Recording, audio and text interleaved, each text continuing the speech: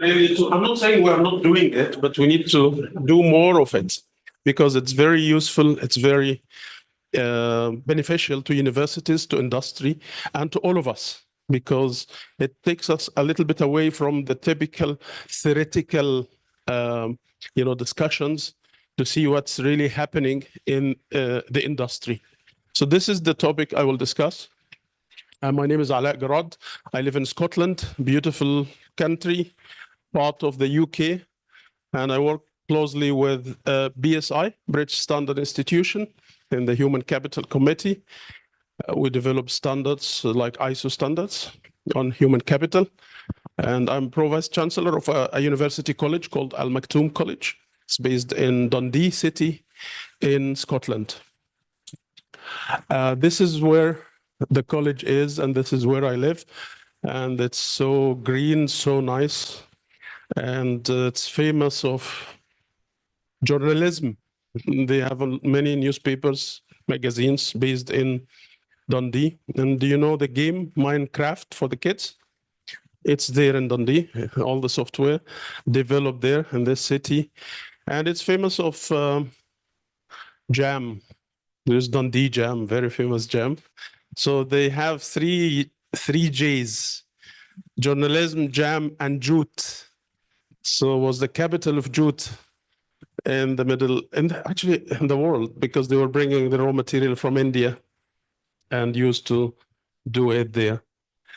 So I hope if you visit the UK, come to Scotland, visit Dundee, you will like it. This is where I spend most of my time nowadays. This is the college. It is a Scottish higher education institution. It got their name from the patron of the college, Sheikh Hamdan Al Maktoum. He passed away 4 years ago. But it is totally independent higher education institution licensed by the Quality Assurance Agency and the Scottish Qualification Authority. So this is the objective of the workshop, and I believe you have an idea, and this is why you are here. So we'll discuss this. I will talk, and you will talk, and we'll have some exercise together, and hopefully by end of the workshop, we will leave this door, not, sorry, we'll leave this door with some takeaways, okay, some things to do and to remember.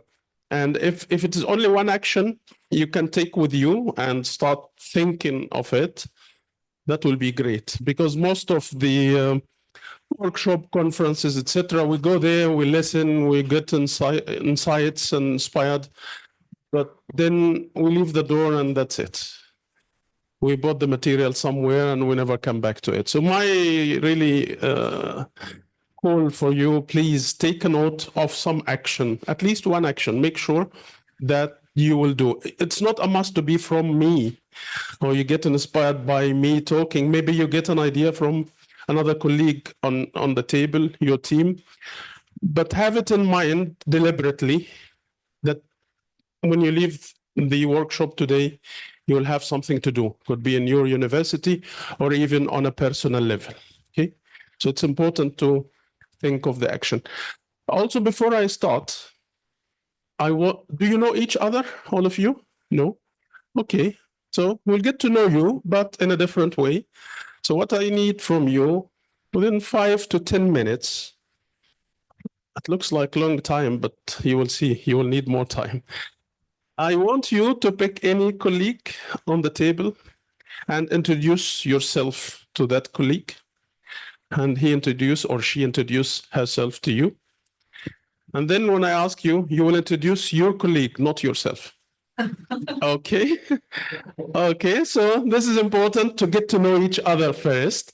And believe me, you will forget what's their name or where they work. So take note because we rely on technology now.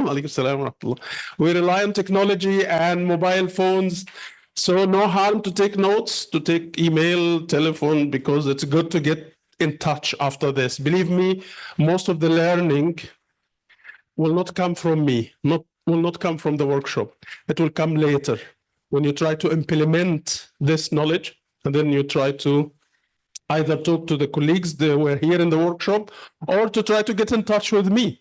And I'll be more than happy to stay in touch with you if you want. So now you have 5 minutes. Make sure to just speak for 2 minutes, leave your colleague to speak for 2 minutes, get to know each other, because I will pick randomly.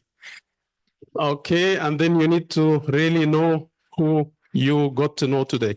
Okay, clear? Any question? Go ahead. You can talk, you can stand up, you can sit as you prefer. Right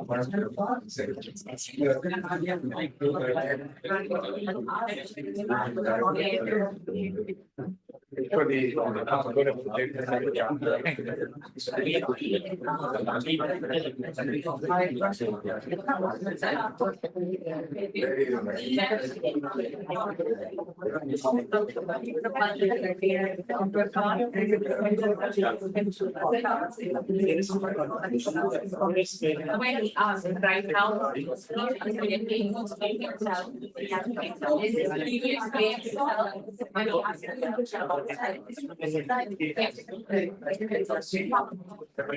so to make it easy for you, just know the name of the person, their job title, where they are working. Okay. Maybe if you want to know where they are living, it's up to you. But also ask them, what do they expect from the workshop? What do they expect from this workshop? Okay.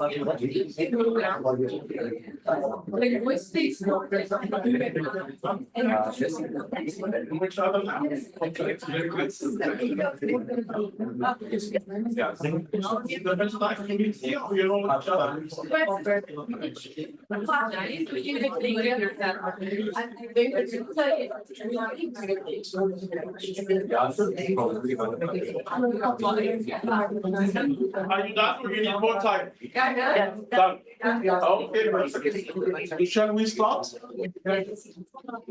Okay, who wants to volunteer first? Yeah, please go ahead. But yeah, if you raise your voice so the rest can hear you. So we want to know you as well and your colleague. I have to introduce myself. No, your colleague. She is Miss Gulrukh. I'm meeting her for the first time. She is a lecturer of statistics in Haripur College, Okay. And she is the focal person for QAC in the same institute. Okay. Her expectations out of this workshop are that she wants to learn something new regarding. Yeah, I think I'm audible to everyone. And her objectives of attending this workshop today is that she wants to learn something new about the topic and to prepare her students from statistics points of view as well as from QC point of view according to meet the needs of the industry so that they can excel more. Wonderful. Good job. So I'm going to, she is Professor Dr. Ruqayya Sultana. She is a urogynecologist at Ayub Medical College, Ahmedabad. She is serving as Director QEC in the same institute as well as she is Associate Dean. Her expectations from the training is to how to frame her curricular according to the needs of health industry and to learn something new from the workshop. Thank you very much. Okay, I am introducing Dr. Sadia Afzal, who is PhD in botany, and currently she is serving as Professor of Botany in the Department of Botany at Prime College in Ahmedabad, and currently she is also director. She is also working as a part of the team as a QEC, and she was also previously a focal person for QEC, and for that she got the awards as well for being the best focal person and her performance. Now her also she is here to learn the new modalities and things that are aligned with the curriculum and research initiatives. She's also a researcher as well, helping postgraduate and undergraduate students. So this workshop will help her in her further enhancing the work of her students, I think. You guys are very fast learners. I do this in other places and they're mumbling about the name and they keep forgetting. Good job. Okay. Assalamu alaikum. My colleague sitting beside me, her name is Professor Dr. Naima Afzal. She is Professor of Pathology, specializing in chemical pathology. Formerly, she was associated with Ayub Medical College, Ahmedabad, but now she is associated with International Medical College, Ahmedabad. Her parents were also from Education Department. Both of them retired. They have passed away. May their soul rest in peace. We are all interested. She is also interested. She has told me to take away, to gather some takeaway points and be helpful in her career. Thank you. Thank you very much. Thank you. Yeah. And I got to know Mahanur, and she's studying statistics and very difficult topics. I felt ignorant when she was talking to me. And she's in the second year, and she's studying here in FCC. Yeah. We'll move here. Okay. Assalamu alaikum. So, my Aisha Noor, Aisha Naeem, Assistant Director QC, working as Superior University Lahore, Ma'am did his MS in project management. Assalamualaikum. My colleague name is Fazlur Rahman. He's a QEC focal person of Dera Ismail Khan from Government College. He's also the associate professor of zoology, and his hobby is to teach the student. And today he is here to learn a lot of new things, which is now going to prevail in our industry.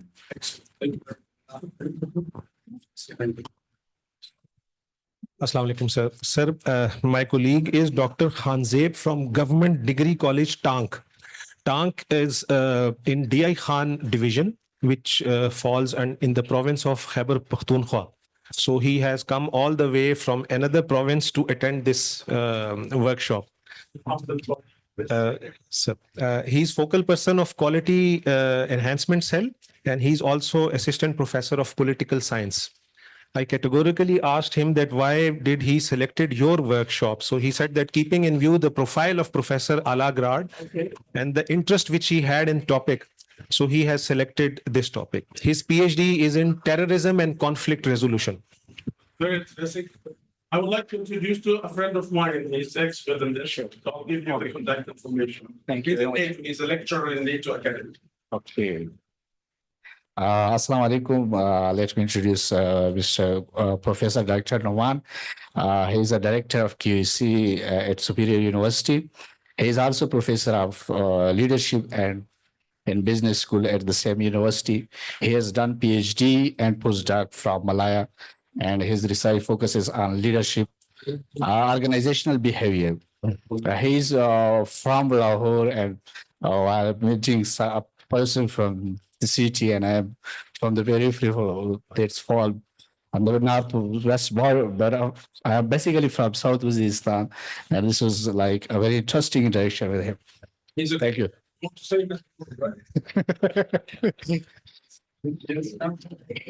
Assalamu alaikum, sir. My colleague here is Miss Marba from LUMS. She's heading the department in the LUMS, and she's also a LUMS alumni and a graduate. She did her master's and BS from LUMS as well. So her area of subject is economics and finance. So we just talked about this in the 2 minutes. You both should be proud. LOMS is very famous internationally now. Okay, yes, Ms. Marwa.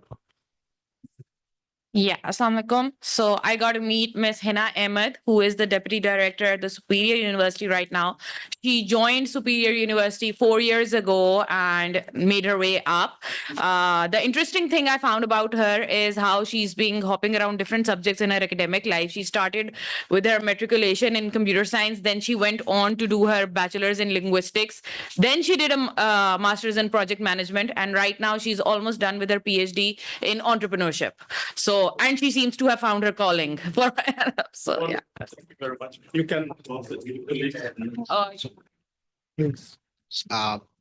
Bismillahirrahmanirrahim. Assalamu alaikum, everyone. I just, I was a bit late for the workshop, so I am sitting here at the very last moment. I met Mr. Junaid Sattar Bhatt sitting next to me. He's from Azad Jammu and Kashmir.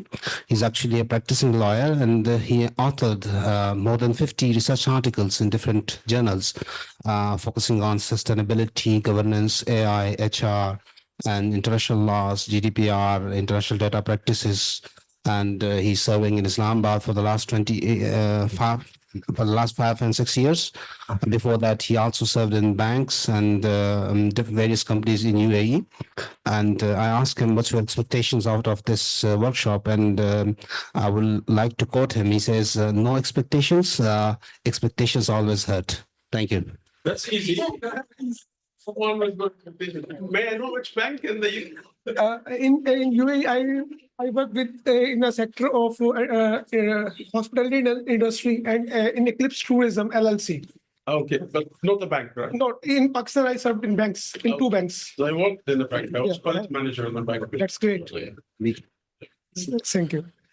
I would like to introduce my next sitting colleague, Mr. Amit Sajjad Khan. He worked in Foundation University in Islamabad as a manager, quality assurance cell. He also served in Ghulam Ishaq Khan University, a renowned university, and also worked in Standard Chartered Bank of Pakistan. He did his MSc in Management Sciences. I may ask you randomly. MS Management Sciences. Thank you. Thank you very much. Thanks a lot. Okay, here. Hi.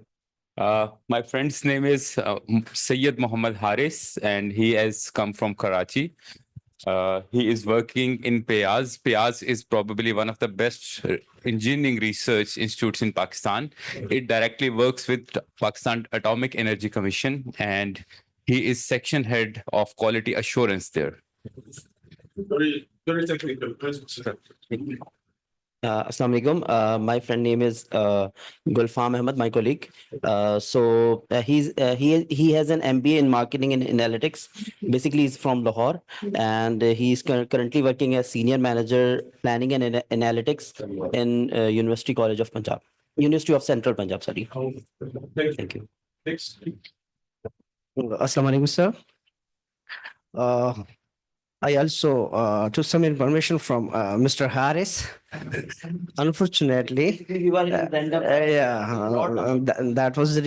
is the reason I'm just going to introduce him again. Actually, Mr. Harris is working, belongs to the city of Karachi. You know, a very intensively industrialized city, Pakistan, and known as the City of Lights. Presently, he's working in Kenpo College, and the Kenpo College in itself is a hybrid institution. They run a college and trains people from industry and other organizations. And this Kenpo College works under the suzerainty of Pakistan Atomic Energy.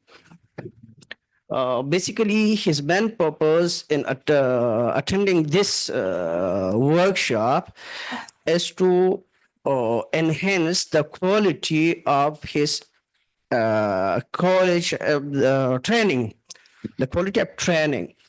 And I think it is sufficient. Thank you so much. Yeah.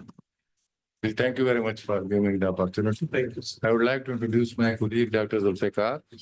He has done his PhD from Northeast University, China, in the financial management. And alhamdulillah, he is working as a director QVC as well as associate professor in the University of Mirpur Khas, which is a newly emerging university in the Sindh province. Thank you very much. Thank you very much. Thank you. Assalamu alaikum. I would like to introduce my colleague who's sitting in front of me. He is Mr. Fazal Wahab. He is working as Director QEC at Bahria University, Islamabad. And he has done his MS in Computer Science from University of Salford, UK. Salford. I'm graduate of Salford. Okay. Good. Assalamu alaikum, sir. I'm going to introduce my friend, Mr. Dr. Zaghrali Sahib. He's from Swat and he's a professor of botany at Government Postgraduate College, Kabul, Swat, and he has done his PhD from Peshawar University. Presently, he is professor teaching the subject of botany at BS level in Government Postgraduate College, Kabul, Swat. Thank you. Thank you. Thank you very much. I am introducing Dr. Bakhnawab Sahab. He is Director QAC at a very prestigious college of KP, Government Postgraduate Jahanzeb College, Swat. He is from Swat, where the mountains echo. Thank you. Thank you very much. Thanks. So, we have two teams left. Please. Assalamu alaikum. My fellow name is Tabinder Abani. She is lecturer in political science and she is serving in Bacha Khan College, Peshawar. And she is basically from Chitral. And currently she is completing her MPhil from Islamia College, Peshawar. Assalamu alaikum. I'm introducing Ms. Shabana Goshi. She is serving as a lecturer in chemistry from Government College Mansehra. Or as far as her academic background is concerned, so she has done her MPhil from Hazara University, Mansehra. Thank you. Assalamu alaikum. I would like to introduce my fellow who is sitting next to me. He's Saad, and he's serving as an assistant professor in university in Park Austria Institute in Haripur. He has done PhD from Germany University Aachen in electrical engineering, and he's in his institution. He's serving as departmental coordinator of QAC. Thank you. Ms. Nasoor Qureshi, she hails from Peshawar and she is a lecturer in Government Girls Degree College, Bacha Khan, Peshawar. And she has MSc in Political Science from Qaid-e-Azam University in Islamabad. She has no prior experience with QC and she is enthusiastic to learn more about incorporating QC mechanism in her teaching. Yeah. I am registrar of Government Medical College, Dr. Shamim Bhatti, and done PhD on medical educations and came from Gambit City. Thank you very much. Thanks. Okay, yes. Assalamu alaikum, everyone. I'll be introducing Mr. Fawad Gohar Saab. He's come from Peshawar and he's working in the Department of QC in the Institute of Management Sciences. And he's been there for the past 6.5 years. And he works as a QC focal person there. Assalamu alaikum. I'm introducing Dr. Fazle Wahid, sitting beside me. He is associated with the University of Applied Sciences, Haripur. And he's also serving as associate professor and a Fulbright scholar with a PhD in biotechnology and specialization in tissue engineering. He's also serving as manager advanced studies and research at the same institution. Thank you. Assalamu alaikum. It is my pleasure to introduce Mr. Shahriar Shokat, who is affiliated with the Rifa International University, especially working in the training department. And his main role is to teach, to train the teachers. And he is also a PhD scholar in the field of education. Thank you. I got to know Dr. Zarmina.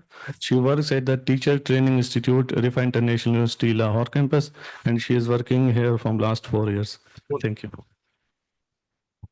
Thank you, everyone. It is really a pleasure. I know we spent a good deal of time on this, but you'll appreciate this later when you start getting in touch and try to benchmark. Because one of the things I always, talk about and encourage is benchmarking. What is benchmarking? Learning from others' experience. Learning from others' experience. Positive or negative, success or failure. Because we learn from failure even more than we learn from success. So benchmarking is a beautiful mechanism that individuals, universities, organizations, and governments, they can use to learn. That's my favorite topic. I will try not to talk about it because if I open talking, I will not stop today, which is organizational learning. How organizations learn, how companies learn, how universities learn to become a learning-driven university. And one of the simple ways that cost you nothing is to benchmark. Why to reinvent the wheel? If you know another university that's so good, they got top ranking in QS, why don't we learn from them? If they are so secretive and they don't want to share their secrets with you, okay, leave the whole country, find another university in another country. There will be a university that's willing to volunteer information and share it with you. And many of this, or much of this information will be available in the public domain. You can find it easily. Okay, so please remember one word, benchmarking. Okay. I am accountant by profession. I started my job as an accountant. And out of blue, I got a job in Dubai as a teacher to teach accounting. Okay, that was 94 or 93 even. And I didn't get any training. I don't know how to teach. The way I started was remembering who were my best teachers in the university and high school, primary. And I tried to imitate them. It was imitation in the beginning. I imitate. But then I started to develop my own way. Okay. 30 years later, I had the chance to meet on Dr. Mahathir Mohamad to invite him, the Prime Minister of Malaysia at that time, to come and speak in one of the conferences I was organizing. And I went to his office in Kuala Lumpur and I was talking about organizational learning, etc. Because we created an award for him called Lifetime Achievement Award in Governmental Learning. Okay. He said the same thing I told you now. He said in the beginning, we imitated Japan. Malaysia imitated Japan. But then we developed our Malay way. I felt so happy, you know. I was thinking the same way Mahathir Mohamad thinking. So no harm to imitate in the beginning, as far as you don't keep doing this copy and paste. It doesn't work if you just copy and paste. But then imitate at the beginning, then learn to develop your own way. So this is called benchmarking. Individual level, organization level, and government level. And all the vibes, I spent a good deal of time in Dubai before relocating to the UK. I'm originally from Egypt, okay? But I'm so-called British Egyptian now, okay? But I'm Egyptian. And this big deal about quality service and reputation Dubai created, they started it learning from Singapore. So many of these initiatives Dubai implemented, like Knowledge Village, Dubai Internet City, Shopping Festival, all these ideas came from Singapore. Then later from Malaysia, then from Estonia, then from Germany. So you don't need to reinvent the wheel. If there another organization or another country did it well, just go and talk to them and they will be happy to offer you information. And then you adapt this information and have your own version. Saves you a lot of time, saves you a lot of money and resources. Now we'll go back to our topic. You know, I go left and right, but at the end you will see that it is all connected and all these thoughts connected. And please take notes of the things that you want to implement. Later, I will share the slides with you as well, so you can remember what we talked about. What do you think of the higher education in the UK? Good, bad, high quality, low quality. What's your perception? Yes, please. Too much costly, I agree. Yes, ma'am. Also, like, it's too interactive. Too interactive. A lot. Task oriented. Like, Yeah. also, it meets TV. Yeah. If you've gone to the similar panel in some other country, like you're not that polished the way you are, because I am sharing my own personal experience. Right. I agree with you. I agree with you. The thing is, sometimes we have stereotypes, could be positive or negative, but also things change. And the fastest changing happening now is in, not AI, not all of this, we know this, it's in higher education. The fastest change, and it is shocking change. It's confusing, actually. We don't know where to go and what is happening. So UK is famous with education. I studied in Salford. I got my PhD from there. I sent my kids to UK to get educated. My wife got her PhD from Dundee University. But that was some time. 3-4 years ago, higher education in the UK is going to the wall. And they are talking now about universities bankrupt. Okay, I'll just show you some headlines so you know that we need to take action. We can't wait until we face the same issues. Is it working? Can you just move the, can you get me the slides again, please? Not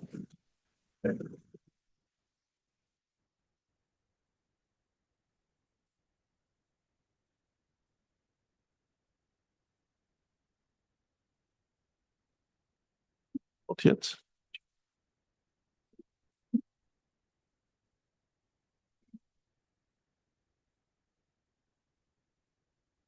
Yeah.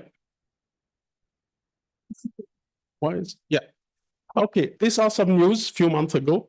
University of Dundee, one of the top 500 universities, 67 million British pounds deficit this year, 65 million. That's Dundee University. Okay, these are some headlines from newspapers. And it's very recent, very updated. Edinburgh University, 140 million deficit. Edinburgh, one of the top universities in the world. Yeah. The reason behind it. You want to know now? That easy? If they know what is the reason, they wouldn't go to the headline. But I know I have my theory on this. Yeah, I'll share it with you. Okay, yeah. Cardiff University. This is if university started to bankrupt, the first will be Cardiff. Very famous, very prestigious university is about to be administered.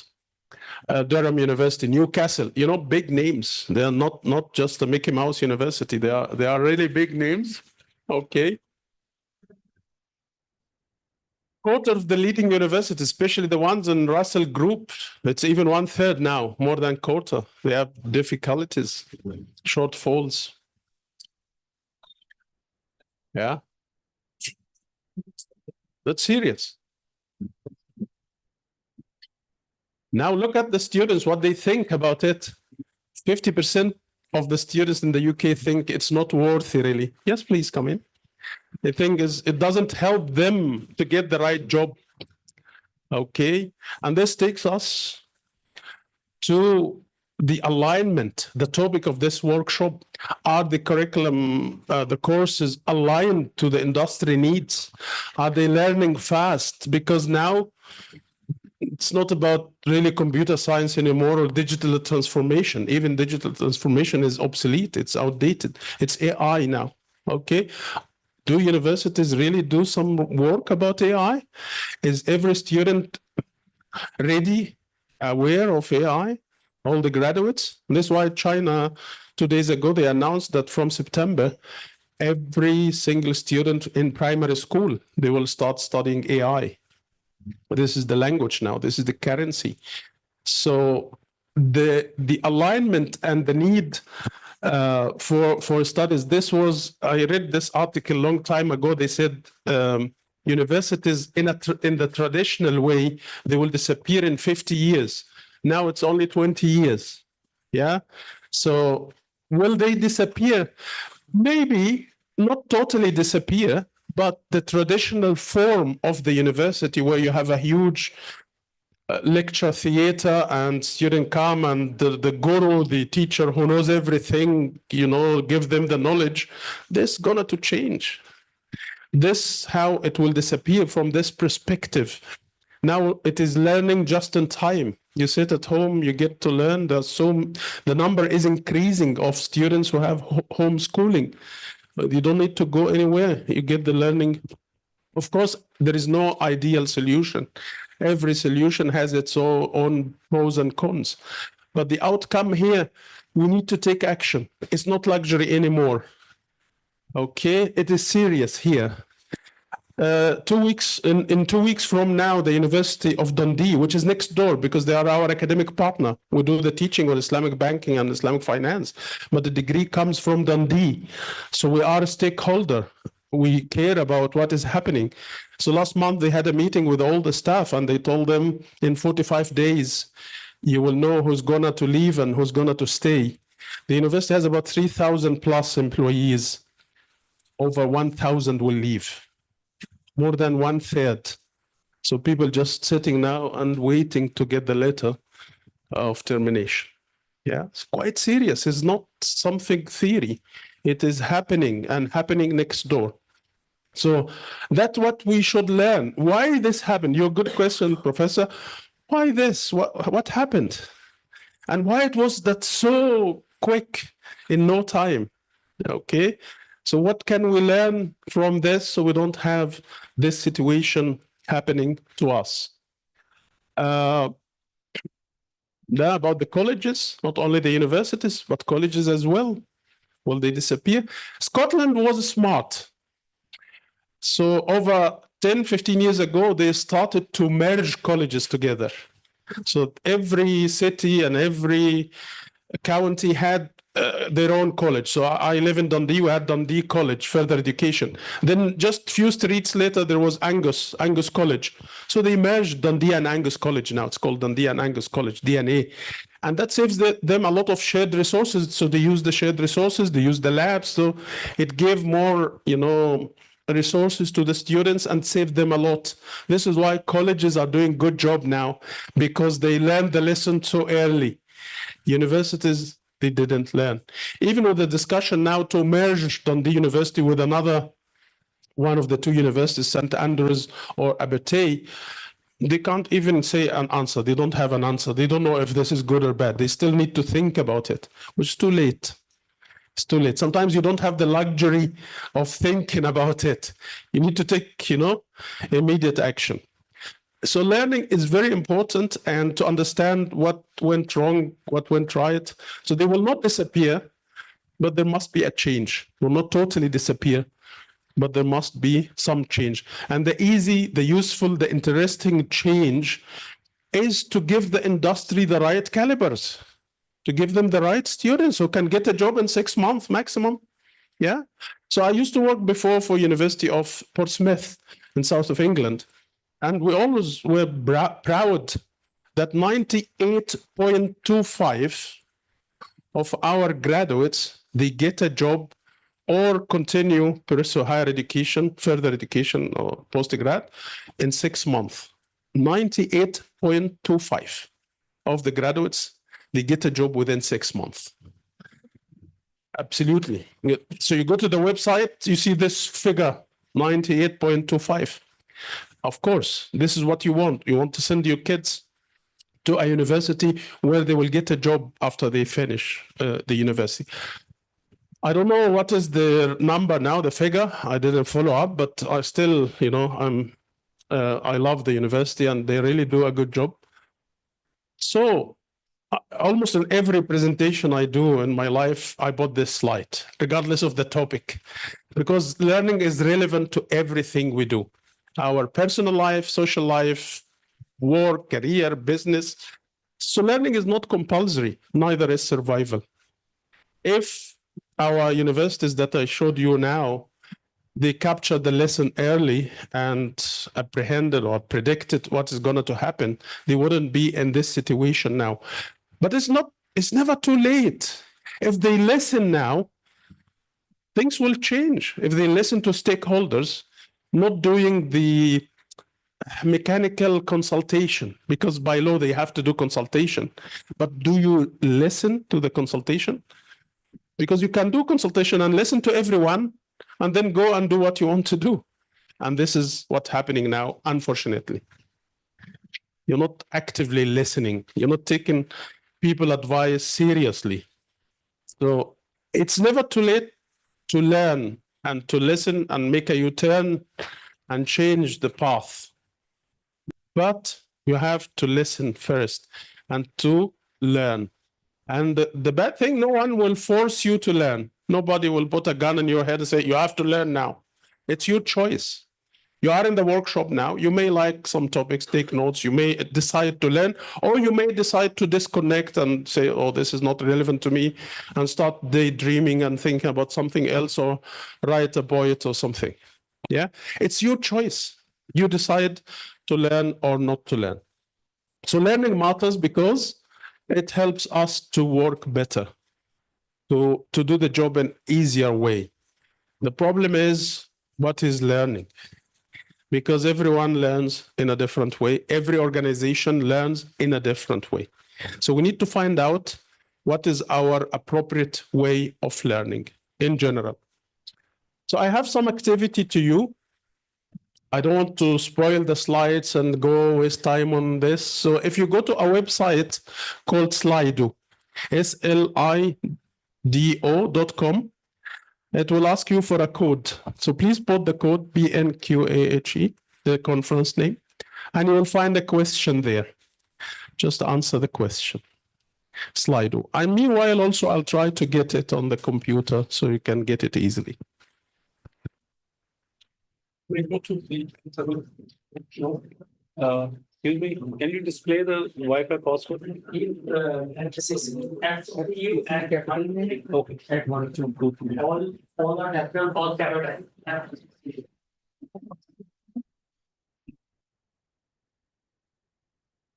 No. At the rate 100.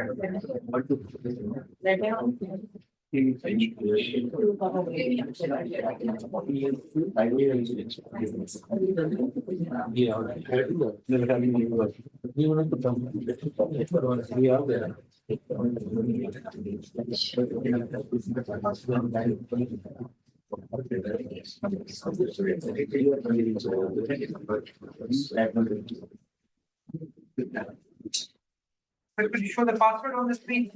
FCCU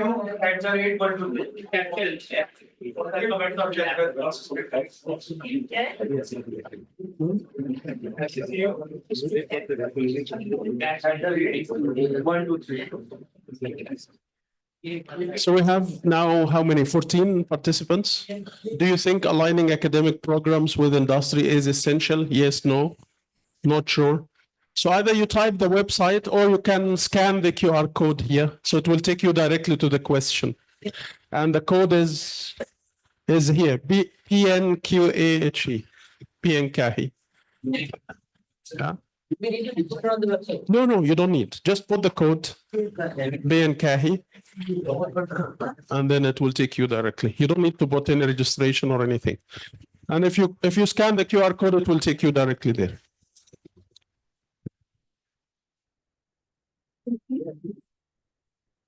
So we have 19, at least we need to have 20, 25 or something. So keep answering.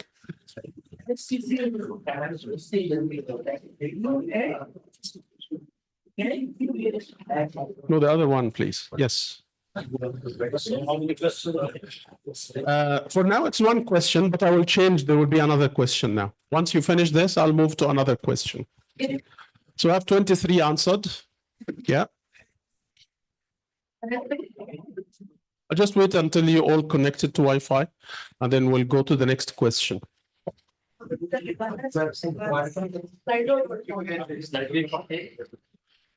Yeah, you can scan the QR code only if you like.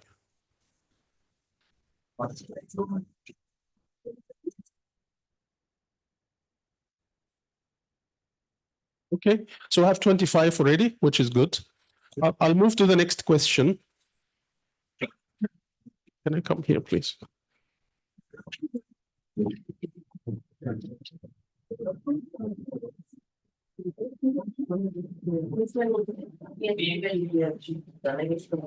So the next question will require some typing from you. The slide. In your opinion, why is aligning academic programs with industry essential? So feel free to put your answer. Yeah. And the QR code here, you just can scan it. It doesn't matter, capital or small.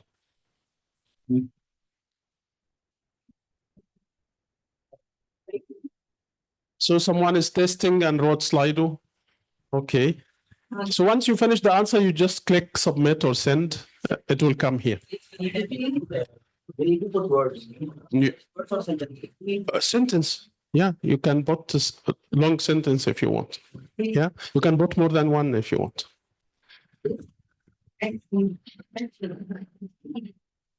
Kahi, Ben Kahi. to prepare market-ready human resource. Yeah. So the answers will come here in front of you.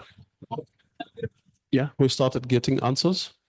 Student get knowledge required by the industry to become market-oriented. So yeah, we are in the same page. Yeah.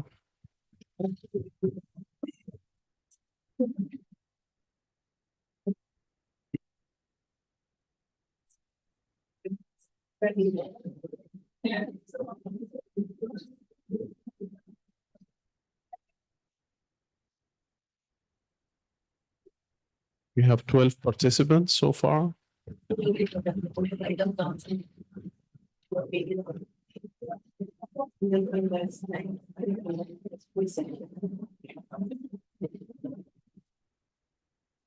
No, is it possible to take this here, down, or somewhere? No? Just move it a little bit here. Yeah, excellent. Thank you.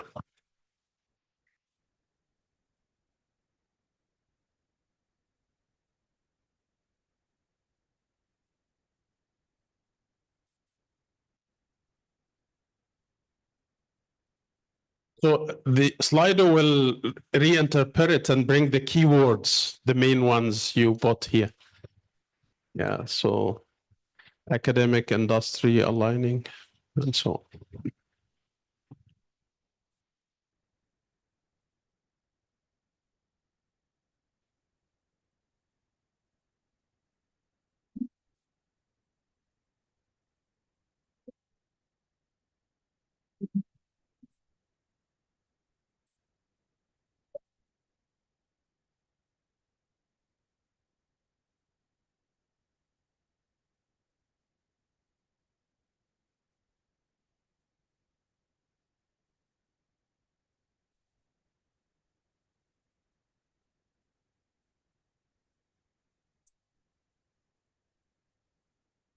And what I will do later, I will share your input with you. So I'll get the whole sheet of the answers and send it to you.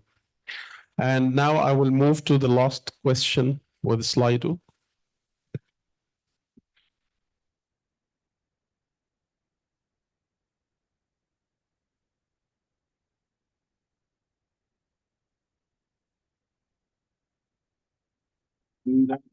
This is about your own institution, and it's easy. From your point of view, what is the ratio of alignment in your institution?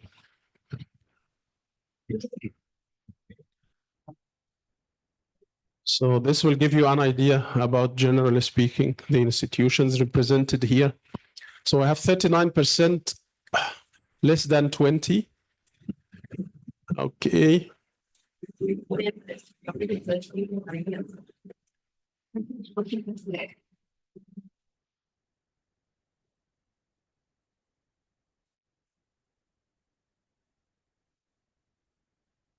have 30 people. If this gives you any insights for a new paper or research, if this is a representative sample, you can say 31 people, and out of them, yeah, 60 to 80. Okay, that's a good percentage of 60 to 80. Alignment is there. That's great. We have 25% less than 20, 22%, 40 to 50, 16%, 20 to 40. More than 80, I'm not sure if we have something more than 80. It's here.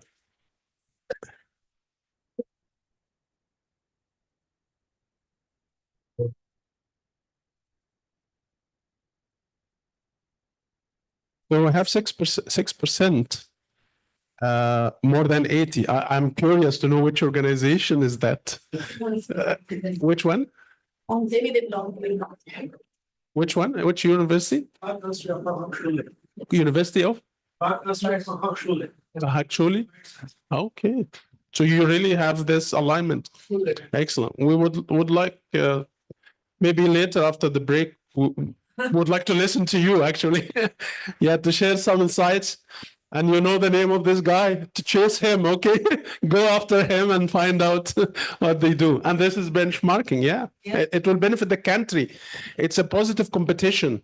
If every university really come to you and learn, the whole country will benefit from this. So there's no harm. Yeah, thank you. So at 35 answered the question. It's interesting, actually. I would really be interested to really work with you on this, on a paper or some article. And can I go to the slides again? Can you help me with this? Can I go to the slides, the PowerPoint?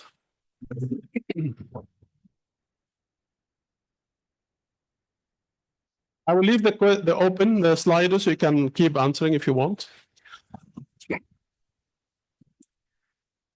Yeah, you just put the display. Yeah, can we put in the display mode? Display. Yeah, you can close it, but I need the slides now.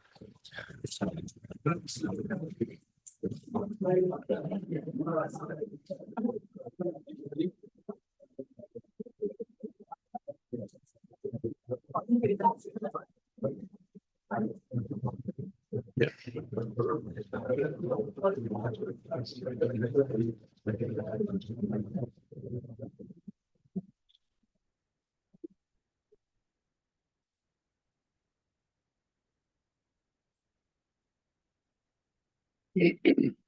Yeah.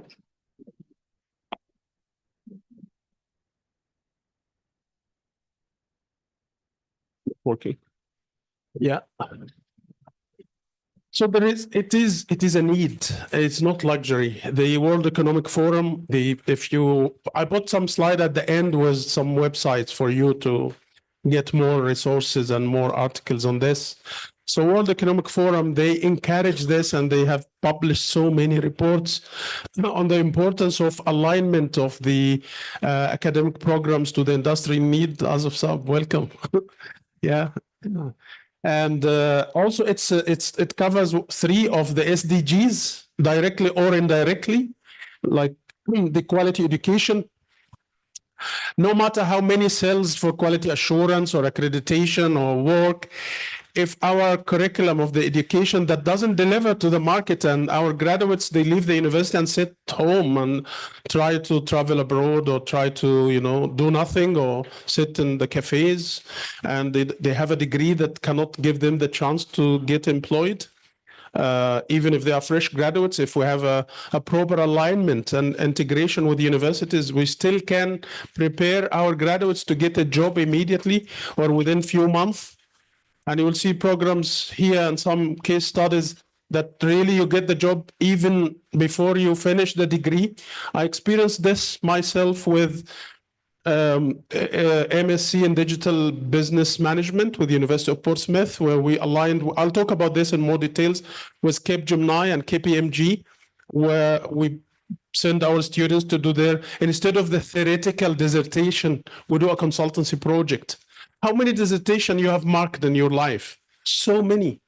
12,000 words or whatever number of words, and we mark it in the student pass, and it is there either a digital file, or in the past we used to print them with hardbound thing. What is the value of this if it is not applicable? So we started to introduce the route of consultancy project instead of the dissertation. We kept the dissertation as optional, but we encourage the industry route. And with the industry route, students go to the company and try to implement what they learned in the master, what they learned in the topic, under the supervision of an industry expert from the company.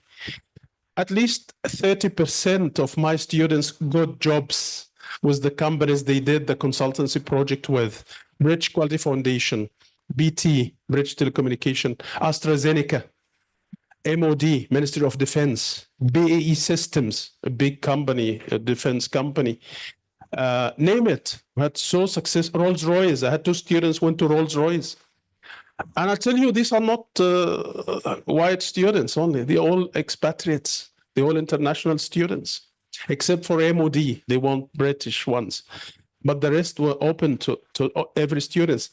I had at least 10, 15 students from Pakistan in this program, and they successfully got a job after this project. I'll even give you the contact person who helped me to do this in Capgemini, George. So I'm happy to share this information with you if you want to make some change. And it's a good thing also to get aligned with the SDGs. I mean, every government, every organization aspire to align with the SDGs and do something about it. I showed you many negative headlines from the UK universities, but still there is a positive. And this Korean student in 2021 sent a check to University of Strathclyde with £50 million as a gift.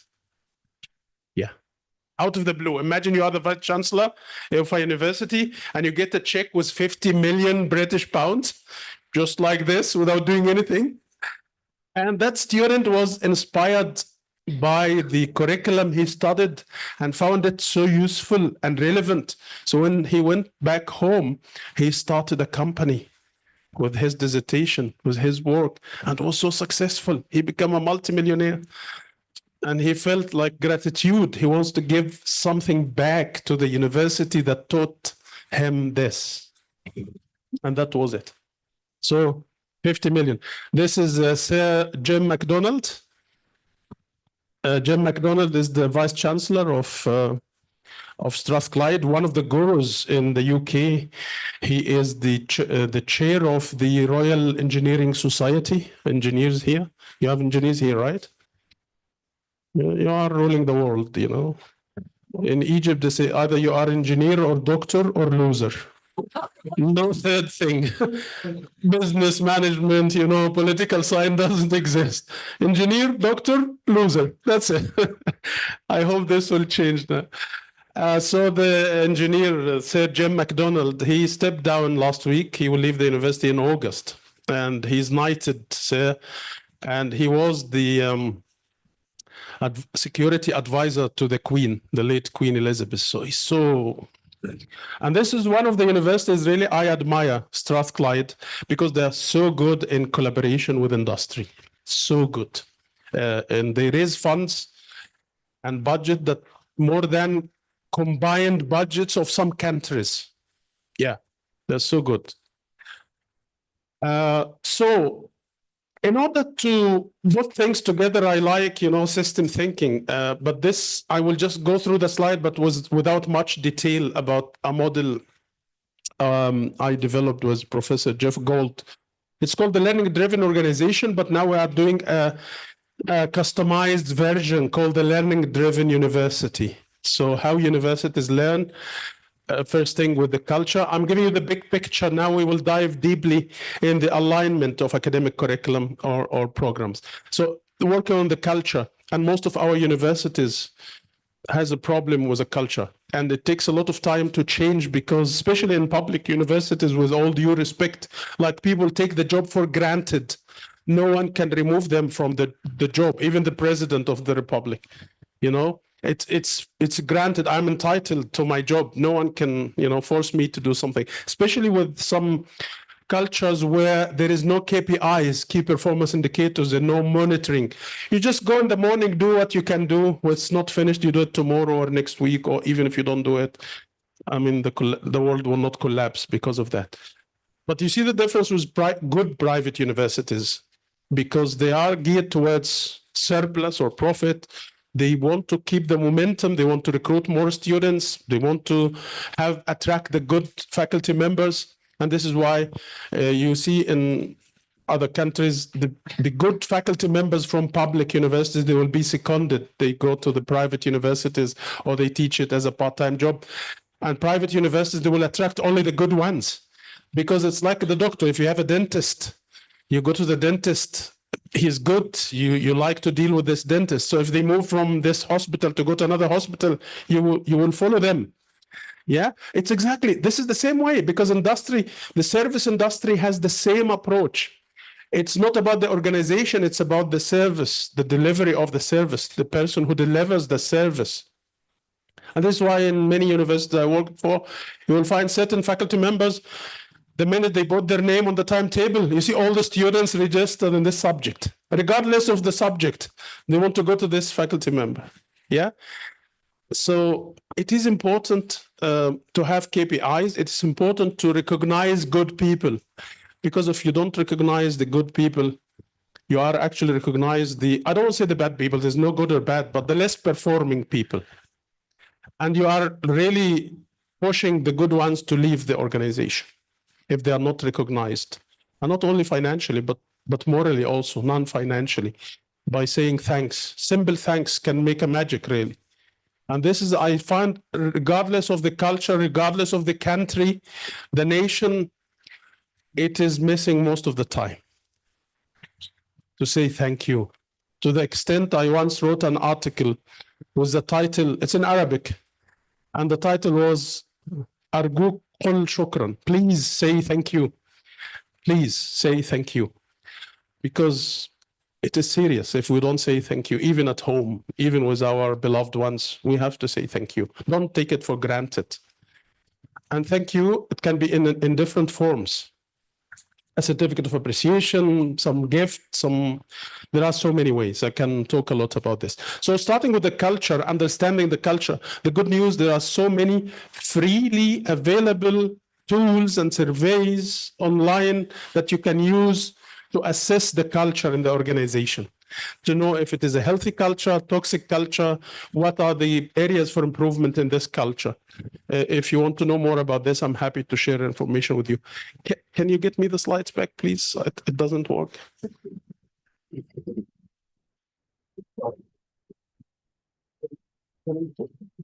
Please. Now it's working. Yeah. Yeah. That's fine. Thank you. So there are pillars here. Now, once we do the culture, work on the culture, make it ready, then there are different methods, like the one I mentioned now about benchmarking. So benchmarking is organization-wide mechanism. You can use it across the organization. There are methods for teams, like quality circles or learning circles, after action review. So there are specific methods. Then there are individual methods, like reflecting, when we reflect on our performance and so on. So I don't want to talk more about this. It can be a little bit confusing. Can you give me the slides, please? Yeah, and then AI now is nothing. It's not luxury. It's not, are we going to adopt AI or no? It's not your choice anymore. This may happen in the past. But we have to at least have a clear policy. Do you have any question or something, Professor? You have any question or something? Okay.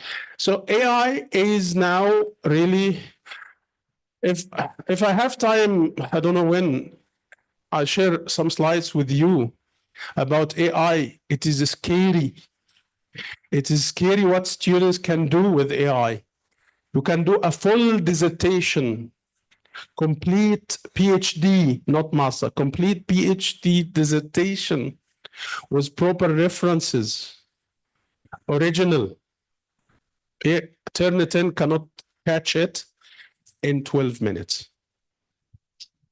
12 minutes, 80,000 words, dissertation or thesis that cannot be captured by Turnitin in 12 minutes with updated references, properly cited, APA 7 or Harvard or whatever citation you want, in 12 minutes. And you put it in Turnitin, no plagiarism. Yeah. So if a student prepares such a dissertation and train very well on it, they go to the Viva and defense it, they got the PhD that we spent. I took 5 years to finish my PhD. 5 years of pain and doubts and struggle. Yeah. But now you can do it in 12 minutes. You have to put a proper question here. Proper prompts, proper questions. And after you use AI, you go to another app to humanize it. But now ChatGPT, even they give you humanizing. So you can use humanize from ChatGPT itself. But by the way, this is the least. These are the simple things AI can do. It is scary, literally scary what else can be done apart from this. Yes. We attended our conference in 2024 in March. This yes, 2024. Yeah. They said that AI is not neither artificial nor intelligent. Not intelligent. It's artificial, but not intelligent. Not intelligent, you put trash in and trash out. But now, if you maybe for now, but then later it become more intelligent. It become more controlling. Yeah, because you can overrule it. You can still humans will be smarter, but AI can make you more productive and can give you shorten the time you do things in it. Yes, please. Why would you say it's scary? Because if the work of 5 years can be done in 12 minutes and the student is able to defend it, isn't it promising? Isn't that scary? You spend 5 years, you bet all this money, and then in 12 minutes you get it for $20 because this is a subscription, $20 a month, and you get. Isn't that scary? Isn't that scary? You get a professor teaching and someone who did his PhD in 12 minutes. Yeah, they managed to pass the Viva, but can you trust them? Can you trust them really in the technicality of the topic? Can you trust a coder who just sit with ChatGPT and get the codes done in few minutes? Can you trust them to debug or to troubleshoot? But even if you trust them, if they are good, it's scary because where are we? Where are the humans now? If everyone is using the same resources, if you get now the emails, you know very well that this email was written by ChatGPT, and you read all the emails, so we all becoming the same copy, the same thing. Where are humans? Where are human intelligence here? So we need to go back and humanize things. And this is the Industry 4. You know, Industry 4 revolution was now Industry 5. The main core of Industry 5.0 is humanization. Humanize with technology. So we work together hand in hand. Because with Industry 4.0 was about everything is technology, emerging technology and digital transformation. Now we have to calm down, take a deep breath, and we have to be humans.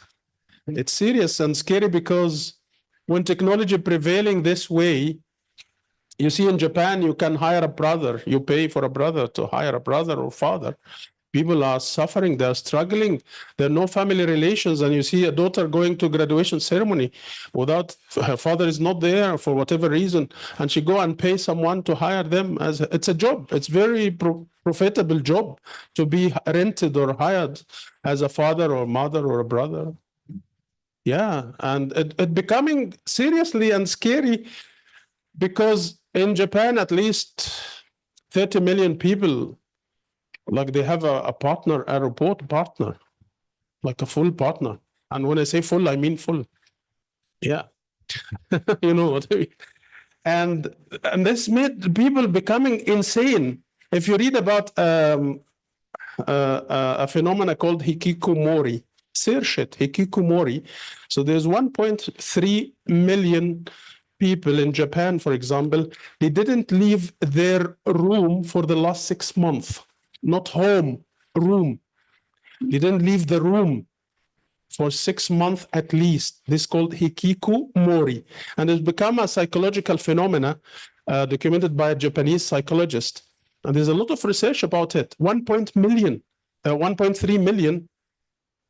They lost desire in life. They lost desire. They don't do any socializing, nothing. They just stay home, room.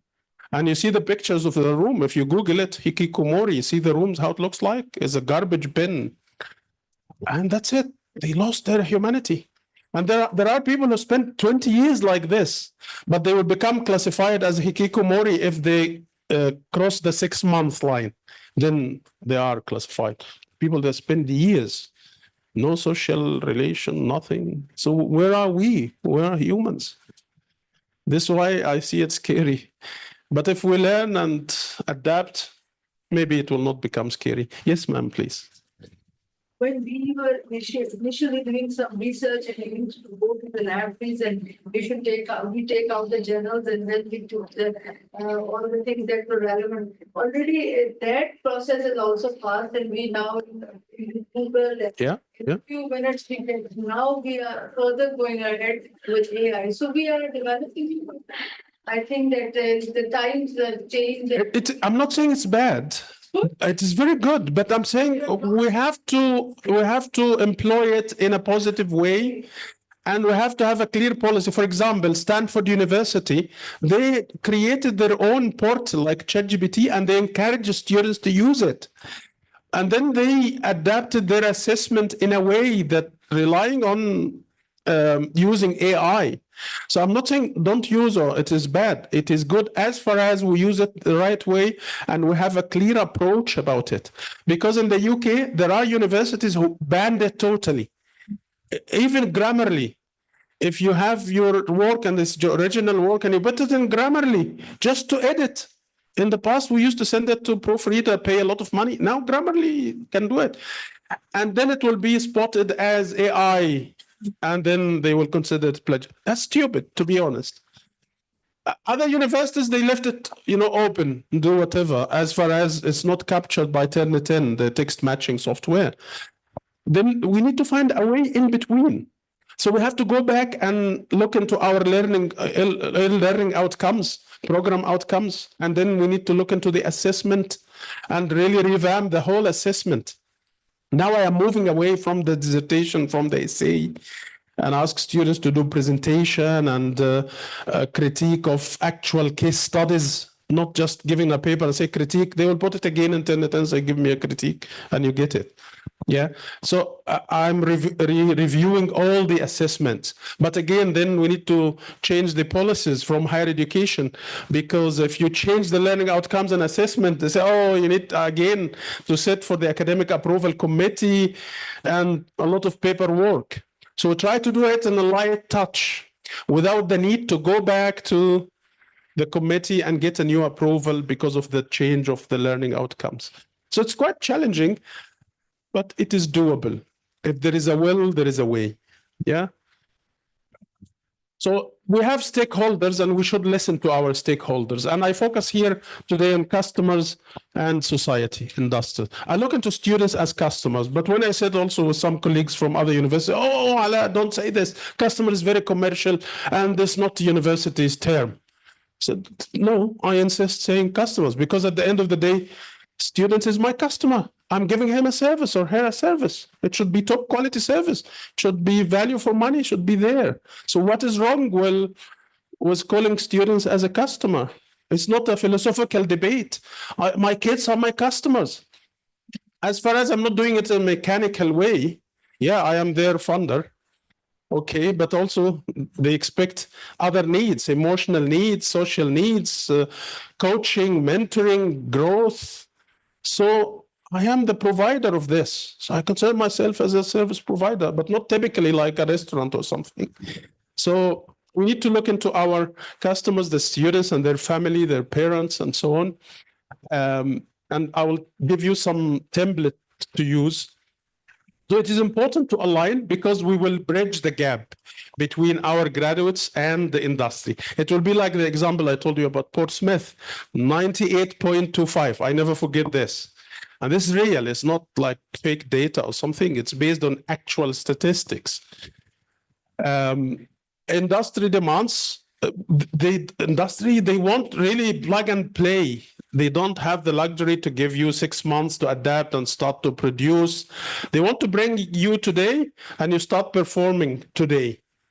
So when we have this alignment, when I was studying computer in my university ages ago, we were studying the floppy disk and the hard disk, the 5.25 and the 3.5 disk, and you put it and close the door. And then you go to the industry, they're talking about Windows. That was a big thing that time. And I never see Windows. I know DOS, disk operating system. I'm old Camel. You are all young. You don't know this, right? You don't know DOS or any of these. So I wasn't ready. So I had to invest from my own and go and take more courses on Windows and new these things. It cost me some money, but in turn, I did this in my final year at the university from my own pocket. But as outcome, I got a job 2 weeks after graduations. 2 weeks without any intervention, without someone make a call or anything. I just took my CV and went to cameras. I know Windows, I know computer, I know this, I know that. And I got the job. As simple as that. So it's investment. And we don't, not every student will have, the luxury to invest and pay from their pocket. So this is the role of the university, to help them to do this. Industry academic, why it exists, why there is a gap. There's so many reasons for this. Difference in priorities. Sometimes academics, they insist on teaching certain stuff regardless of it is relevant to the industry or no. So say this is academic freedom. We decide, we are the owner of our decisions, but industry has another, or the market has another need.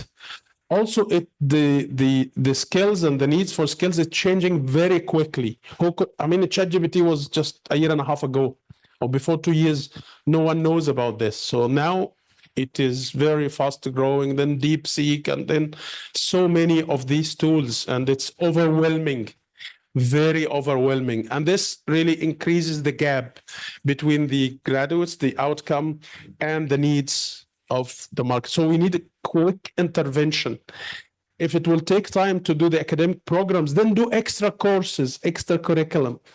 Do other evening courses or online courses and develop some other courses. Some universities, it's not only, I read this on HEC website, where you had this project was Coursera.org.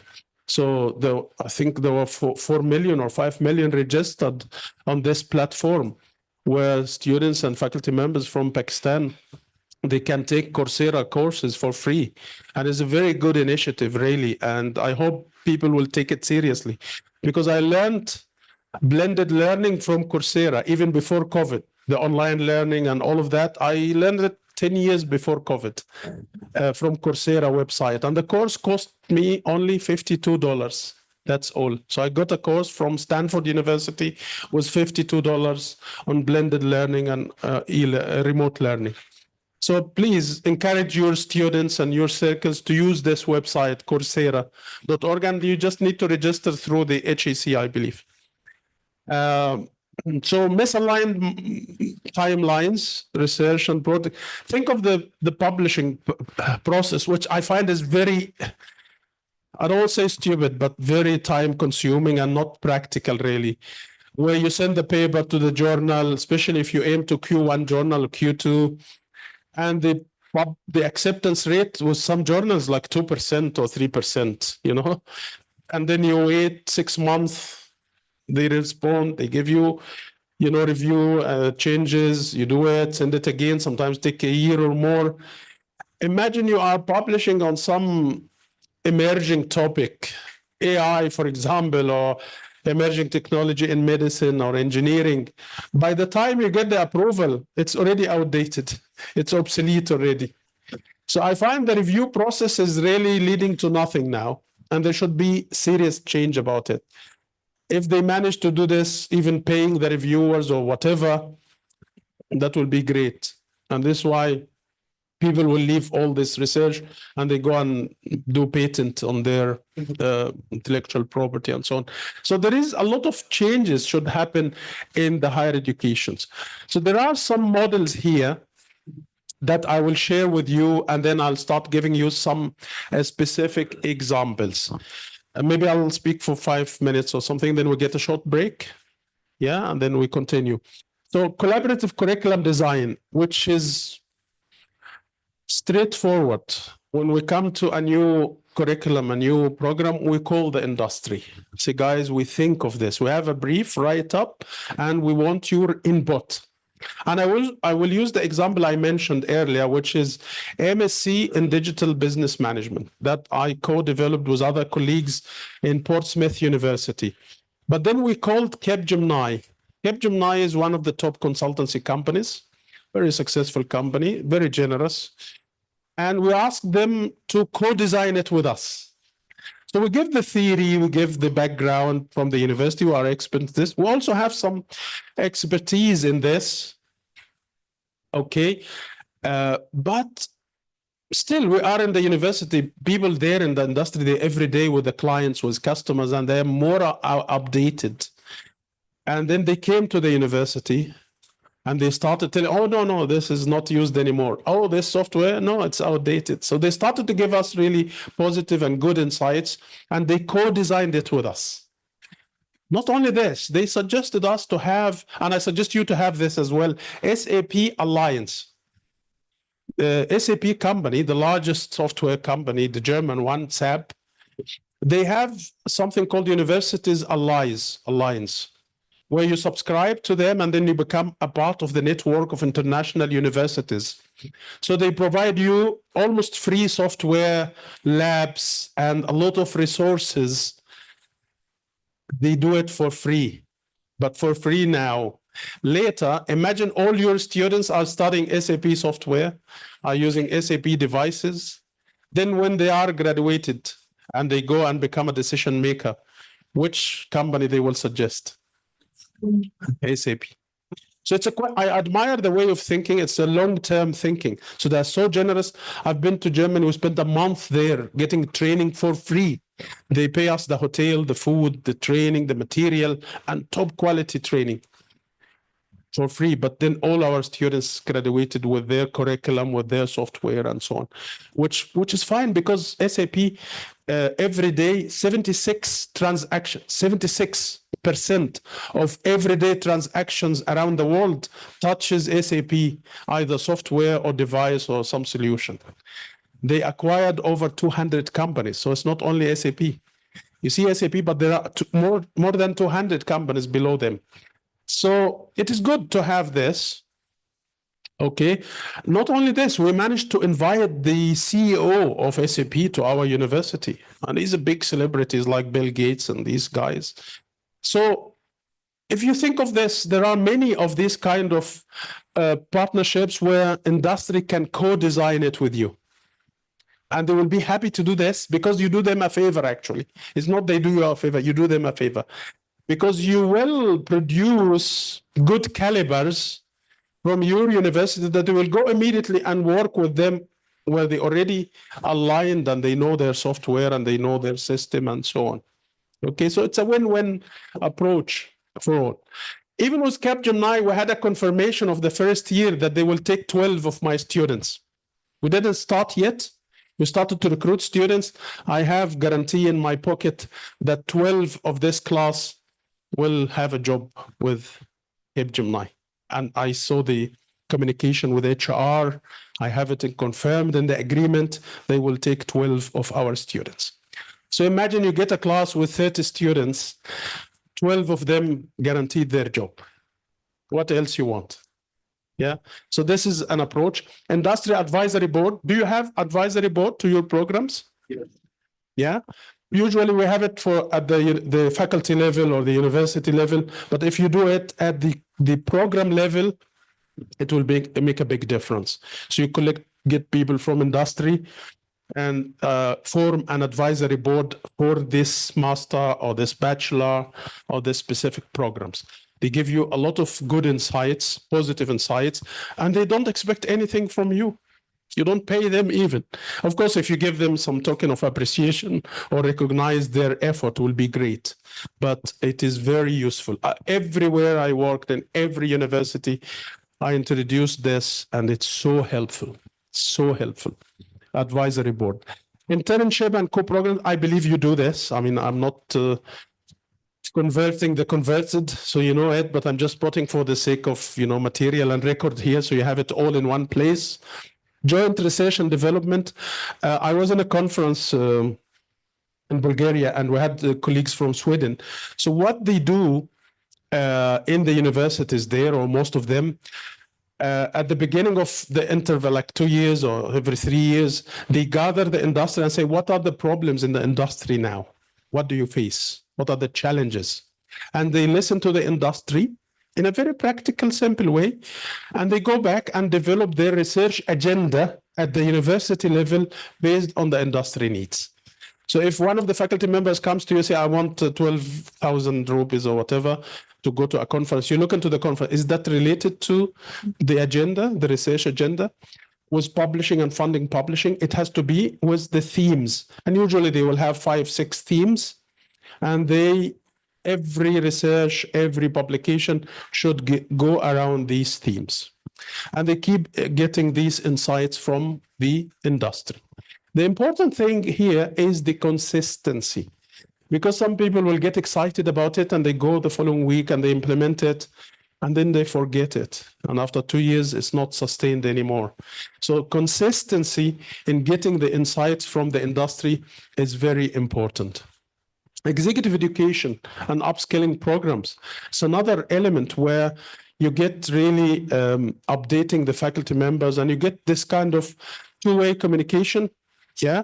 So last summer, I got a delegation from the cabinet in Egypt. They got training in my college on the public policy and use of AI in public policy. And they got inside, inspired, and the speakers and the faculty member were good, but they also gave us new insights. So now we are developing a whole MSc program based on the feedback and the needs we got from them. And that was within the executive education program. So if you do it and consistently and listen to people, they can help you. They can even open doors for you to implement what you train. Industry experts, I made it a policy in my college that every semester with every subject, every module, there should be at least one guest speaker from the industry. It's a mandate, at least one. So the semester is 10 weeks. So in this 10 weeks, every faculty member should bring a guest speaker who is industry expert. If you don't know where to get a guest speaker, I help. We use each other network. So if one of the colleagues doesn't know from where or doesn't have a network, so we help each other. And sometimes when we are stuck, I go to LinkedIn. And LinkedIn is a treasure. I always suggest and I strongly recommend, forget about other social media. Just do LinkedIn. All the time you spend on Instagram or Facebook, if you spend it on LinkedIn, you will see the results. Very fruitful, very useful. Very useful. You get access to people from around the world. You know, my guest in 2 months in Scotland, whom I never know, I just got to know from LinkedIn, is the husband of Slovenia president. Slovenia president is a very nice lady. She's a lawyer. I followed her for some time, and sometime I send her like congratulations or something, and from time to time she responds. So I say, okay. And I saw her husband very active in cultural tourism. He buys palaces and areas and take people from around the world to visit these places. So I get in touch and say, I like your approach. I never knew him. I said, oh, that's nice. I love Scotland. I've been there a couple of times. And so on. I said, okay, next time, please come to my home. We'll be happy to have you as our guest of honor. He said, okay, deal. I will come to you. So you got to know the president and her husband. And that's, even if it doesn't, reflect on the university or the business, it's nice. It's nice to socialize with people and, have this kind of relationship. So that's why a reach you can go. You can reach other vice chancellor, colleagues from other universities, researchers, students, name it. So invest time in this platform. It is very useful. So we'll get a short break now. Like if you come here back at 5 to 12, 5 minutes before 12. Yeah. So I give you the case studies, and I want to give you an exercise now. You do something, It's 11. a group. What time? 11, sorry, 11. I'm still thinking of other times. So 10 minutes before 11. Yeah. So 10:50. Come back at 10:50. Is it enough or you want more time? Because I want you to be here on time. Come at 11. Okay, 11. But 11 sharp, please. Yeah? Yes. You talked about organizational learning culture. 1 second, please. There is a tea break on 11? At 11, yes. Yes. For how long? 10 to 15 minutes. Okay, sorry. Can I torture you 10 minutes more? Okay. So we can have one break? Yeah? Are you okay? You still have some energy? Yes. Okay. So 10 minutes more, and then we take the break. I didn't know that there is a break at 11. Yeah. You asked something? You talked about Organizational learning, yeah? learning culture, and you said there are many tools to identify them. That's right. Specifically of them. Absolutely, sure. I'll do it, but later, not right now. I will do later, and I'll send you a model that I developed with specific steps and all of that. Yeah, sure. So I'll just share with you some case studies, and these are practical things. You may pick some of them. Again, I'm not claiming that you don't do this. If you do it, then that's a good confirmation you are doing it. If not, then think about it. Or if you talk to each other, if some they do it and some they don't, then we can learn from each other, do benchmarking. So this is a Northeastern University in the US. They have over 10 campuses. The main one, I think, in Boston, but they have many other campuses. And they have something called Co-op program. And this, if you take note of the website here, all the details of this program are explained. And they're so generous with sharing the information about it. Where students, during their study, they don't wait until they finish.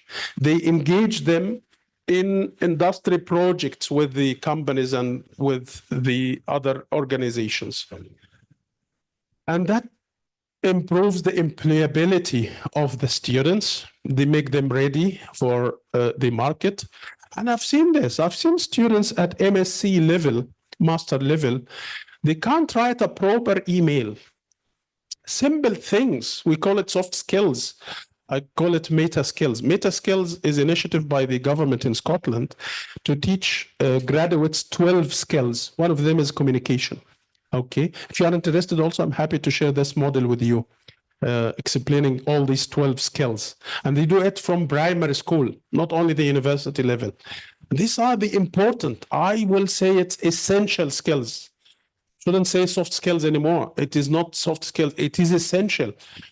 Imagine you are an employer and you have a potential employee, cannot write an email, proper email, cannot attend a proper Zoom call.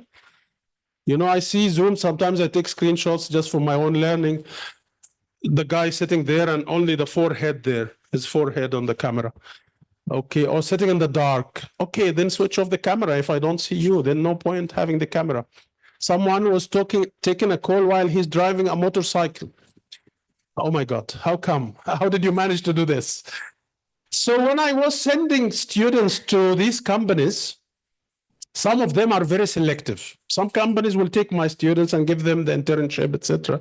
But some companies, they run interview for the students.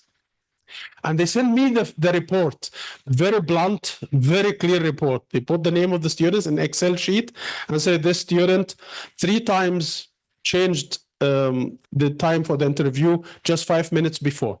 So that was not professional. We can't rely on him. This student was, you know, taking the call while he's driving some whatever. They give you all the reasons why they didn't take these students. And for me, that was a favor because I turned this into a short lecture and I started to teach it to the students. So I said, guys, look, of course, I don't put the names of the students. Say, these are small things you need to consider.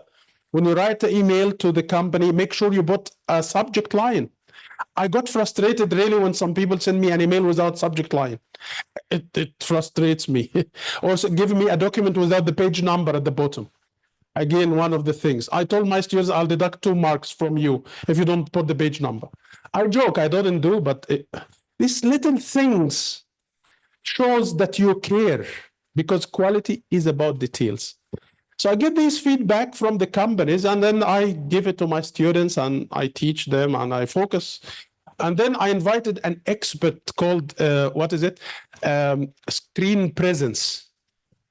Screen presence. And she told the students how to put the background, and it's good to have a live one, not a screen background, how to speak in the camera, about the lighting in your face and all these small details, because these are the tangible part. You might be a scientist in biotechnology, but the employer will need your communication skills also, right? Will need you to present. So all these essential skills are very important. So these universities have this kind of collaboration, this cooperative education program. As I said, they don't wait until they are graduates. They start engaging them with the industry. So they spend 6 months. It is similar to the internship, but that's more stronger because every student has this opportunity with a clear monitoring and follow-up. So they give them intervention at the right time. It's not about assessing them, but about guiding and leading them to a better performance. And as I said, the model, all the details. So they spend some time in the class and then they do full-time employment. It's like the German system where they have this dual system for vocational education. And I tried it with the technical school when I was in the UAE. So the students stay 3 days in the school and 2 days in the workplace. So it's teaching hospitality and tourism. So the students study 3 days, and then 2 days they work in Hilton Hotel. And as like an employee, they expect them to come on time, to be presentable and all of that. So there are different forms of this. I'm not saying this is the ideal one, but this can inspire us to some similar approaches. What matters here is not just that the key strengths, the skills and employability. What matters is the figures. Data speaks louder. We are researchers here, right? Show me the result. I can give you a beautiful lecture with many theories, but look at the result here. 93% of undergraduates get a job in grad school within 9 months. Either they get employed or join the graduate school in 9 months. 93%. That's evident statistics here. 58% are offered a job from the company that they had this program in. So 58%, you got trained on HSBC, HSBC will hire you. 58%.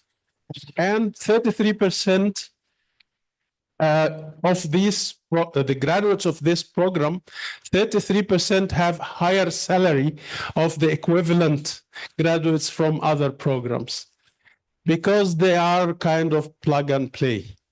You put them today, they do the job. They don't need further training or take time to get oriented or something. So these are statistics from this specific program, the co-op with Northeastern University. Yes, please. Typical? In what semester? I don't think it's a semester. It's in the final year for 6 months. So the length of the program is 6 months. Not sure it's a semester or only the final year, but you can find out from the website. So if I bought it here, so you can get the whole data. But what matters is the concept. You may do it in the second year, you may spread it over the 4 years, like 2 months first year and so on. So maybe that would be convenient. So it depends on the dynamics of the situation. Yes.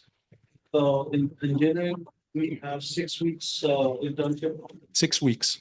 But for technology programs, it's 6 months.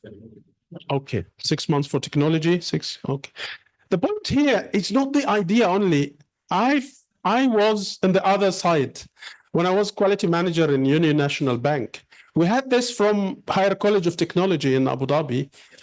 And I saw my colleague, they send the students without clear agenda, it's ticking the boxes. So they have to spend some time in the bank and other companies. So there's no clarity. What are the expectations? What we want, what's supposed to teach them, all these details. And what happens is other colleagues, they will just sit and they see the students there. So they take the books for the attendance and the students spend 2-3 hours chatting, drinking tea, and they go. For me, it was a different story. I said, no, this doesn't work for me. I need to know what exactly you're expecting. Send me the list. And I started to give specific jobs to the students and write reports about them. So it's not you send your students to some place and, just leave it.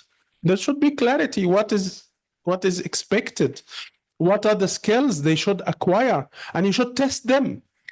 With this program with Portsmouth University, I used to bring their supervisor from the company to attend the presentation with us because they do the industry route.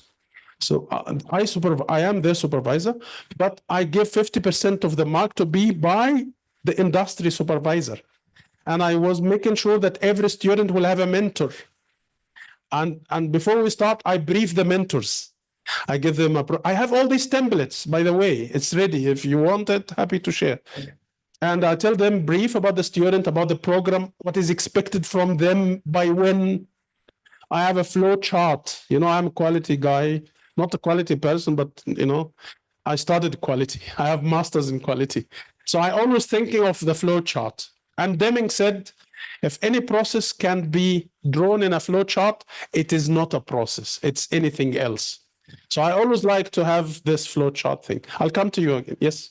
I just want to say that we are expecting our students to go to industry and learn the industrial skills.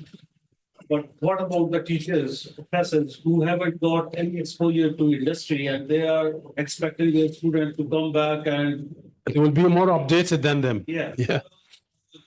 Like me, if I talk about myself, before coming to academia, I had 7 years industrial experience. So what I observed that there is a lot of difference between teaching skills. Agree, 100%. Teachers agree. But actually got any exposure. Thank you. So recently, I have already proposed to the Higher Education Commission that there must be a program for teachers as well. We should not talk about only the students' placement. There should be a teacher placement at least 1 year or 6 months. Absolutely. And then you will see how their teaching methodology improves. I echo what you said, 100% agree with you. Because if the teachers are not updated, then they cannot update. And then if their students are more updated than them, they won't add anything.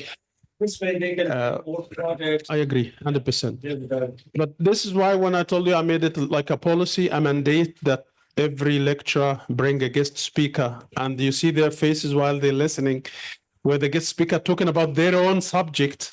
But from industry perspective, it's like rockets. Oh, wow. how much I don't know. And that is an eye opener. Because, we are academics and our ego is a big thing. We are free spirits. No one knows more than us. Yeah, I'm joking, of course. This is why there should be really more engagement. And this is my talk on Wednesday. So now I'm talking about the alignment of program level to industry. But on Wednesday, I will talk about the university level. So from strategic point of view, how university as a whole align with the industry. And one of them is the interaction between the faculty members and the staff. Yes, absolutely. Yes, please. So, comment. In our university, we spent this internship over 3 years. Okay. Spent 6 to 8 weeks every summer. Okay. But the problem is for the programs which have a lot of students, like if there are. Yeah, if there is a large number, yeah. Did you run into self arranging internship? Not that large number, but I overcome the problem of distance and traveling, etc. Where I did some in online, remote during COVID. So I had students engaging with companies from Portugal, Spain, other places, and they do it online. But that was relevant because it's not engineering or medicine or something. It was IT and digital transformation, etc. So maybe there would be other solutions for this large number. And one comment about this question of our university indeed encourages teachers to go to industrial internship. Okay. You could get leave for 1 month or 2 months, and we could spend that time in the. Excellent. Excellent. Thank you. The thing is, it should be part of the system because what you see, a vice chancellor is very, pro industry and encouraging, but when he leaves, then it doesn't continue. But if it is part of the quality management system or the SOPs, then it is sustained. This is why I always repeat the word policy. I make it a policy. Regardless if I'm there or no, the system will run. Yeah, you want to say something? Yes. My question simply is that here we are discussing practical skill development and within the perspective of HAD higher education department, have you some practical, have you some sort of extracted results which can show the difference between the academic development and the skill development, or simply you can put it that is there any some sort of result based means material which can show us that up to how much the Western or the developing world is in conformity with skill development versus the developed versus the developing. The summary is that in case of Pakistan, we have a degree, but we don't have those practical skills. So what is the proportion or the gulf, if you can comment on it? Okay, that's a very difficult question, sir. Number one, I don't take it like comparing developing and developed countries, because after living that long in the UK, that's my own views. I don't see UK as a developed country. I see it as a developing country. And there are some countries in Africa and Asia are more advanced than the UK. In the services, healthcare, roads, transporting system. The thing about UK, for example, if you pick us as an example, is the corporate governance and academic integrity. So there is good academic integrity in higher education, which lacks in some other countries. However, in terms of expertise, in terms of quality of education, you may find a university in Pakistan or Egypt or Tanzania doing better than a university in the UK. So it's difficult to compare a whole system together, but it's the consistency of embedding this industry collaboration with academia. Yes, it is consistent. Regardless of challenges, everything, it is consistent that especially in engineering and medicine and all of these programs, it is not negotiable that students, they have to have hands-on experience. So my son was studying aerospace in Strathclyde. They work with Boeing. They do things with Boeing, with Rolls-Royce, with the Ministry of Defense. It is not optional. And this is why people will get job easily. And this is why there is still high traffic on people going to the UK. Yeah. Regardless of the whole system, the global system is defected. But in terms of research, there is a lot of studies from OECD, WEF, World Bank, Asian Development Bank. There is empirical evidence of the comparison that you looked for. I bought about 3 or 4 resources at the end of the slides, but I'm happy to dig more. I am now devoting more time actually to this topic to further understand it. Yeah, so we can learn together on this. Yeah, a break time, yes. So we go to the break, and then when we come back, we take the second case studies, and then I'll give you 4 tools that you can take away and start using for this collaboration. Yeah, so we meet 15 minutes from now. Thank you. Thank you.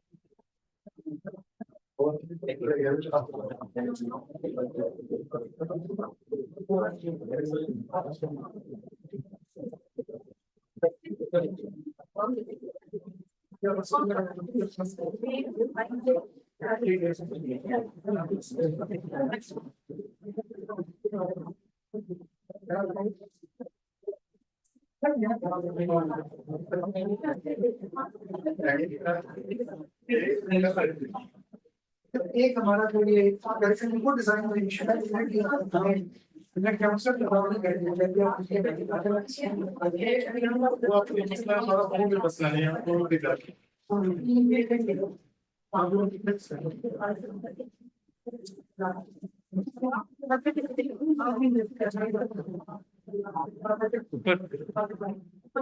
ऊपर करना पड़ेगा और ऊपर और हाँ बस थोड़ा नीचे दिखाई दे रहा है थोड़ा सा और नीचे कर सीलिंग ना हाँ बस ठीक है that's good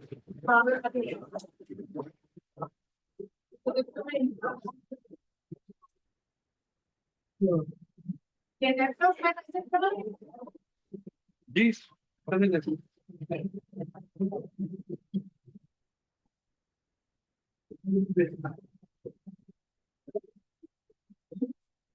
इधर ही कैसे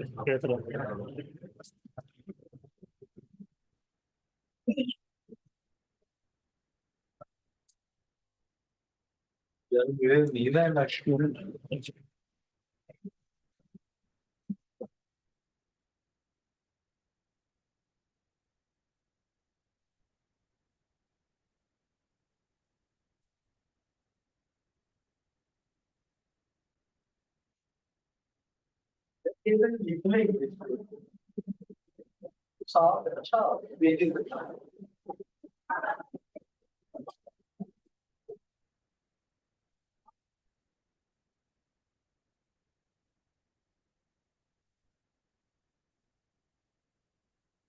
हेलो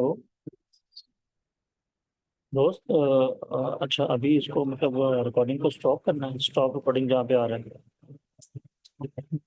नहीं तो बाद में नहीं उसके भी स्लाइडें पड़ी है ना हाँ वो दोबारा से उसमें करनी है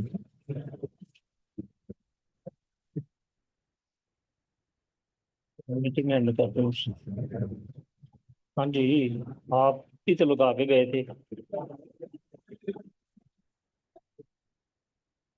अभी मीटिंग उसको लीव कर दूंगा एंड मीटिंग